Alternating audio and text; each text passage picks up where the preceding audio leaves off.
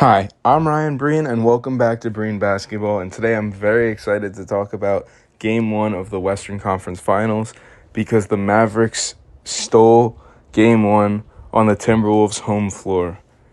Going into the series, I think like 90% of people picked the Timberwolves to win. It just made sense. They had more size.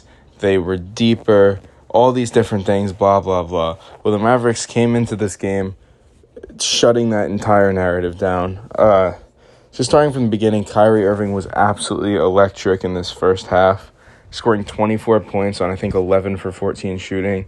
In the second half, he became more of a focus for the Timberwolves defense, and he sort of got shut down after that. But Luka had a really, really good second half, and you really can't stop this Mavericks team. I said in my video about Game 7 of the Timberwolves series that the only way I could see the Mavs winning is if Kyrie and Luka both averaged 30 in this series. Well, they both scored 30 in Game 1, and the Mavericks won.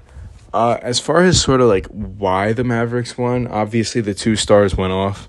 But if you look at shooting percentages, they only shot like 20% from three, which is something that is very uncharacteristic for this Mavericks team. And if you look at the Timberwolves, they shot relatively normal. But the big difference in this one, was literally just play of the stars. Like, Cat and Ant didn't have great nights, and Kyrie and Luka had great nights. But as far as, like, the bench goes, the Timberwolves bench played way better than the Mavs' depth did. So I can't help but think that this is sort of, like, showing how this series could go, because the Mavs did not play nearly as good as they could have. Obviously, shooting 20% from three is something that they'd like to fix. Kyrie could have had a better second half. Derek Lively could have played a little better. PJ Washington didn't have one of those crazy games he had against the Thunder.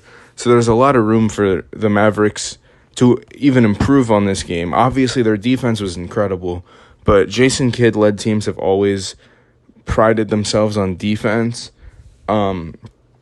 So, yeah, honestly, I feel like that's going to sort of stay. Anthony Edwards didn't have the impact you'd want him to. Obviously, my last video about the Timberwolves was about how Anthony Edwards got carried in that Game 7.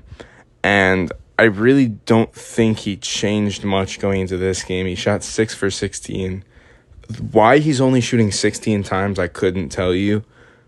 But, yeah, I'd say if they won today, it sort of would have been a carry job again. But obviously he wasn't that inefficient today. 6 for 16 is about like, I want to say like 37%, something like that.